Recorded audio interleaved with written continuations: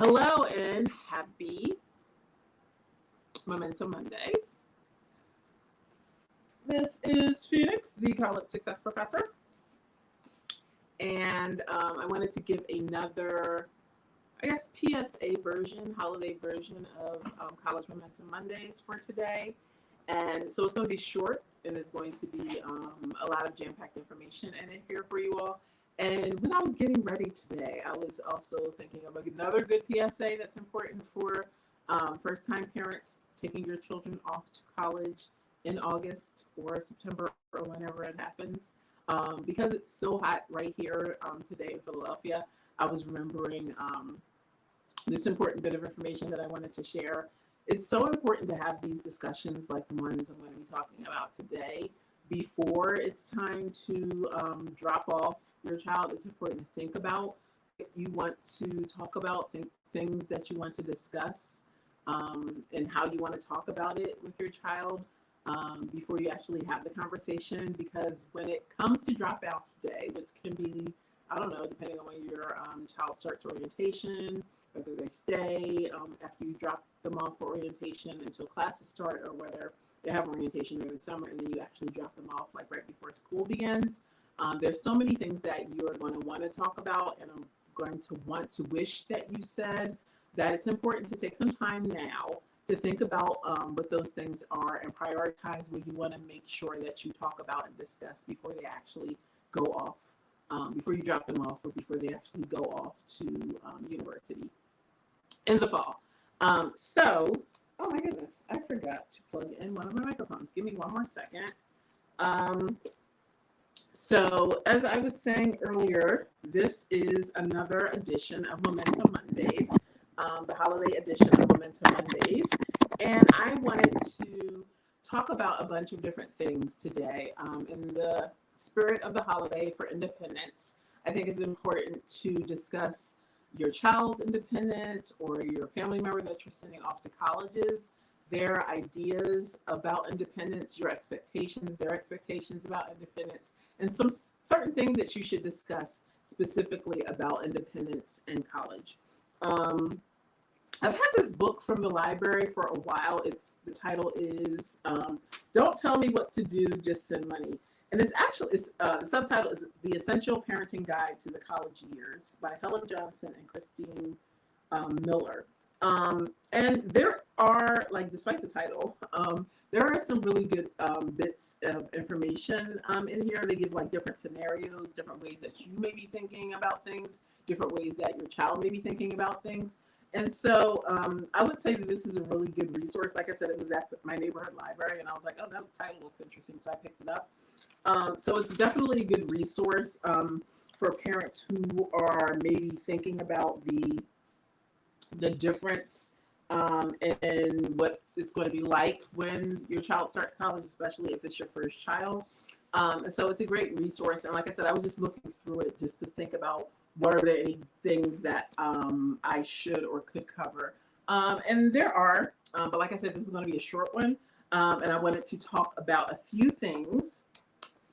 Did I ever make my first point? My first point was that it's for some schools, depending on whether your child is in an air-conditioned dorm or if the air conditioning is on when they move on, it's going to be a hot day, or it's likely going to be a hot day. It's going to be a long day. It's going to be moving things in. People may be hangry or irritable, emotional. So the important thing is that you want to make sure that you have had the important conversations. You don't want to have the goodbye conversation necessarily, because the schedule for the day, sometimes the students will have things to do, so it may be rushed. You don't want to have the rushed conversations about very important topics that you want to have conversations about with your child, just to get clear on expectations, get clear on things that you want to prepare them for with life and adulting and being somewhat parenting from afar. All of that is going to be really important. So I'm going to go over four or five things that I think is important when we're talking about independence and college and your child and having conversations. So the topics are, and I was thinking about this weekend: money, grades, communication, and like major and career things like that. So these are, I think, really important topics and things that you want to get clear with regard to their expectations, your expectations, and what's going to happen when your child goes off to college. And we've covered some of these in previous Momentum Mondays, but I want to make sure that if you missed those or if you haven't had an opportunity to have these conversations, you do have these conversations, just because sometimes with expectations from your child's perspective, from your perspective, when they're not aligned, there can be cause for drama or miscommunications or difficulties. So with the first topic of money, it's important to talk about it. Like, who's paying for what? If not, it can be instances where they're asking you to cash out the money for this, that, and the other on a regular basis, and you have to find that you have to set boundaries, or you're going over your budget and things like that. So set expectations about, if you're paying for college, is that all you're paying for? Are you paying for books? Are you paying for them to get spending money? Are you paying for them to get their hair done? Like, what is the budget? What is the process for them to get money while they're in school? Are they going to have a campus job? Do you not want them to have a campus job because you want them to focus on their studies? Like, have a conversation. Whatever is mutually agreed upon in your family, then that's what you'll go with. And also, it's important to have this conversation about the reality that there are different class structures that happen when you're in college. From, somebody can be pretty much the same socioeconomic class that you are to someone who's like much wealthier than you are, or a lot less wealthy than you are. So sometimes that expectation where students are transitioning to college and maybe their friends have expectations that they can go out and, split the bill for dinner and Uber and all the expenses, and maybe they can't. So having those conversations about how do you navigate those social relationships with people of different income levels? How do you navigate that? The adulting part, taking care of yourself, getting your hair done, getting your nails done, paying for going out. All of that is a part of college, and it's important to have a conversation about that with your child. And also, like, if they have never had an opportunity to work, if they have never had an opportunity to earn their own money, talking about the importance of that, both for their career, but also for their ability to gain their own self-confidence and their own feelings of autonomy and ability to make decisions for themselves using their own money. Having their own money, earning your own money is going to be an important part of the adulting process, an important part of the development process of learning how to manage your money and budget your money. Financial literacy is definitely something that covers a wide spectrum of things. And so if this going off to college is your child's first opportunity to learn about money and things like that, then taking advantage of these months or weeks before school starts to start having conversations about that. Do they have their own bank account? Do they know how to use their own health insurance? All of that adulting part. Do they know about the copay if they have to go to the doctor that's outside of the health center? Do they know about urgent care? Like, having all of these important conversations that you may not think are important right now can be important and will be important as the semester progresses and as they get into the routine of becoming a college student. So money is a very big topic. So like I said, I think parents need to sit down, write down, think through what specifically you want to go over, what specifically needs to happen in your specific family with regard to the conversation about money, and being clear and setting boundaries and expectations about what's going to be paid for, what needs to be earned, how many hours, if they're going to work, would be appropriate for them to work, where they're going to work on campus, whether they're going to have an on-campus job, off-campus job. All of that is important. Also, car, like if you're allowed to have a car on campus, and those expenses and insurance, like all of that is going to be really important. So money is a really, really important thing that you need to figure out and discuss, and also realize that the ability to make money, to earn your own money, is definitely an important developmental part of growing up and learning how to manage that money, and prioritizing paying for things that are important versus things that are fun. All of that is an important part of the growing up process. The next thing that it was on my list was grades. So, and I usually do this talk at my university when we have the talk with parents about grades. And there's this thing called FERPA where, unlike in high school where you had access to their grades, you had access to talk to their teachers and things like that. It's definitely different in college. And sometimes you can have a FERPA waiver where there is an ability to talk to people about their grades. But my point is for many people is that it's very important to have a conversation with your child about your expectations regarding out GPA, regarding if you know that you should at this point, or maybe in a couple of weeks if you haven't gone through orientation, know what their classes are. You should have a conversation about their classes. You could have a conversation about their major. You should have a conversation about things from high school that may have been challenging, that may have been difficult. For example, if you know your son or daughter doesn't like to write, has difficulty with writing, or difficulty with math, or learning difficulties in general, having that conversation and having the expectation, not necessarily with specific grades, but having the expectation about knowing what the resources are. So if you are a parent taking your child to orientation, you also being responsible and knowing like what the different resources are on campus to support them, because oftentimes when students go off to their orientation period, they don't necessarily think that they're going to be the one to need tutoring or going to need help. And so I always tell parents that, take this information, put it on your refrigerator, because likely most students will call their parent when they are at a point where they're struggling, and the parent can be the person to give them the resource or point out that, I went to this session during your orientation and I remember that this is a resource. So being able to talk to them and guide them, lead them to, talking to the professor, using the resources on campus, all the different things that are important to make sure that you're maintaining a certain GPA.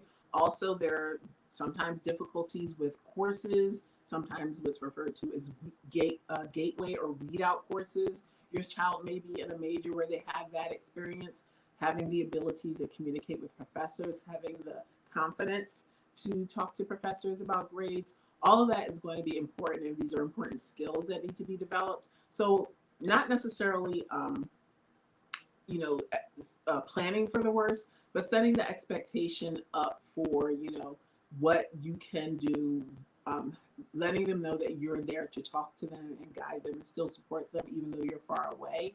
Oftentimes students don't want to tell their parents if they're struggling or not doing well. So letting them know that college is going to be hard, like all the classes are not going to be A's and B's, and letting them know that, it's okay for them to reach out for help, to talk about where they're struggling and things like that. So knowing that they are able to talk to you and confide in you and communicate with you if they're experiencing difficulty, letting them know that, most students do struggle at some point during the first year, first semester, what have you, in college. So having that conversation regarding the expectations, knowing that even though they were in high school and they may have really done well in high school, they may have gotten good grades in high school, letting them know that, college is a different level of learning, a different level of rigor, different professors, different types of teaching, all of that. So having that conversation about grades and GPA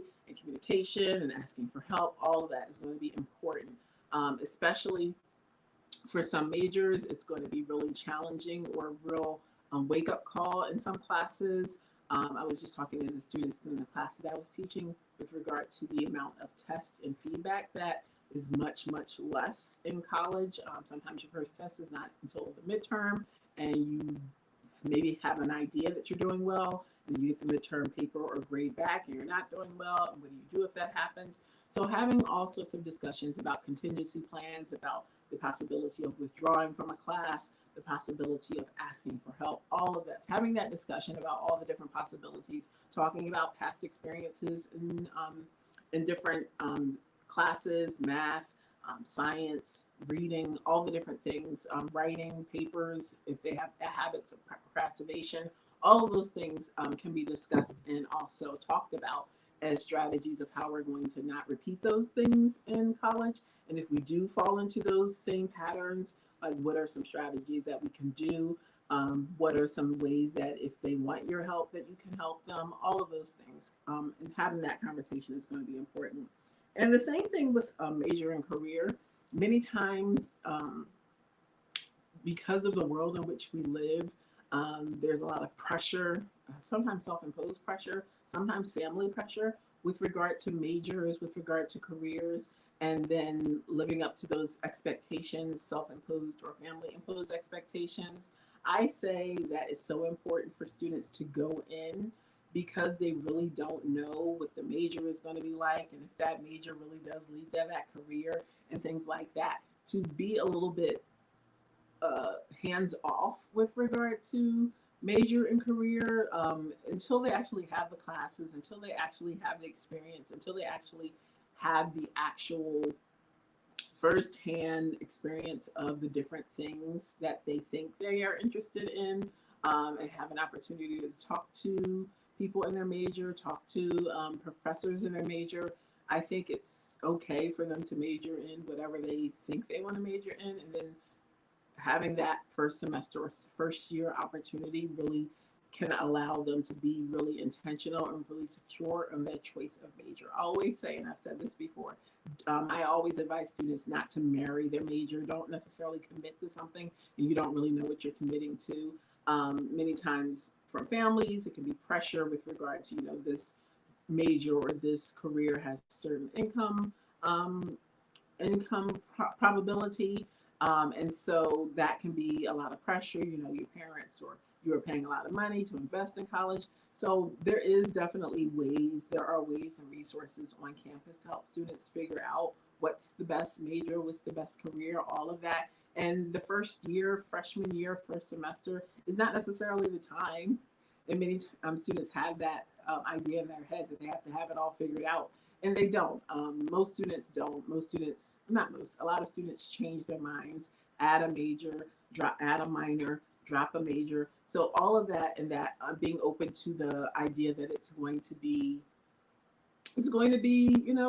a learning process, a learning experience, a growth process, a growth experience. And it's going to be very important for parents and for families and for students to moderate their expectations, be open to changing and learning, but also not be adverse to doing the work that's required to, meet the level of academic rigor or academic expectation that is required at the college level. So it's a great balance between figuring out what it is that really motivates you and drives you and feeds you, and also all the other things that are important for you with regard to your future career aspirations and your future life aspirations. That's a hard thing to figure out. And it doesn't necessarily, like I said, need to be figured out that first year or that first semester. Just having some direction, I think, is important, but not necessarily having it figured out is important. And I think that's the message that is important to send to your child with regard to that internalized or self-imposed pressure that many students are feeling that they have to have it all figured out. Because there's, sometimes students are comparing themselves to, their friends or their classmates who may appear to, on the surface, have it all figured out. But few people have it all figured out, have their path for what exactly is going to happen when they graduate or when they're in college. So that was the third thing. And then the other thing that I wanted to talk about really quickly, because I said this was going to be a fast one. We're already on 20 minutes. How'd that happen? It's important to have meaningful conversations about all of these things. And I have a list here because actually this is some of the information that was here in the book. Don't tell me what to do, just send money. And it was talking about how sometimes when students go off to college, parents are afraid of their child coming home with a different set of values than what they sent their child to school with.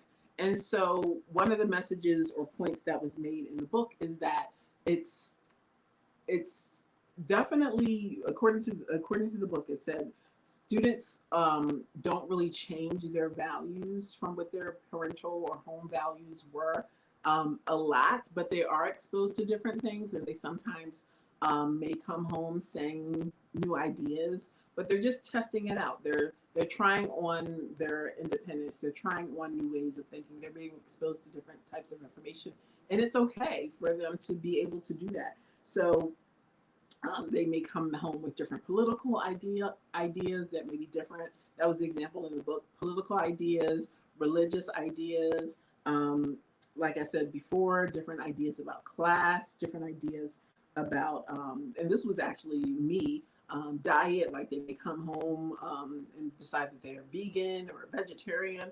So that is normal, a normal part of the process. So oftentimes parents are alarmed that they're the university or the influences at the university are changing their child, but that's completely normal, and that's one of the benefits of going away and being exposed to people of different backgrounds, of different incomes, of different experiences. That you are able to engage with these people, learn from these people, see if you have similar thoughts, and if you don't have similar thoughts, having a discussion and being exposed to things that are important or different from what you are have been exposed to.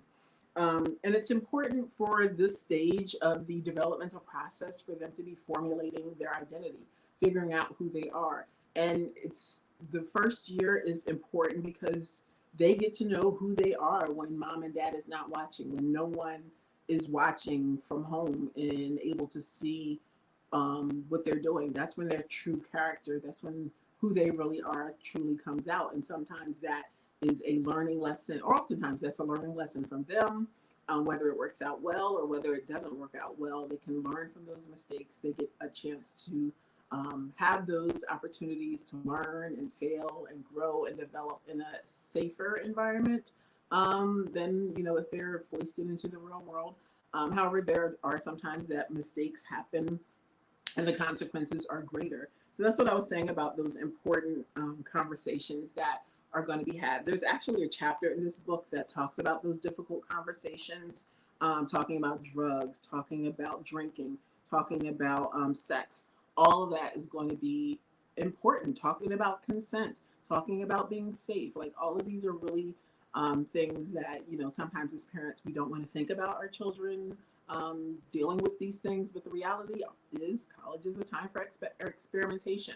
I've read on various parent groups about, with laws with marijuana being different in different states and having different experiences and children experimenting or trying different things. So it's definitely something like you definitely can't control and you don't necessarily know everything that they're doing, but having conversations with your child about all of these things, drinking, drugs, sex, it's not easy, but this is a part of growing up. These are a part of the conversations that you can and should be having with your child. And then the other thing, as I wrap up, another great chapter in this book was talking about asking, is your child confident, confused, or coasting? And I thought that was a great thing to end on and a great thing to think about as we in the Independence series.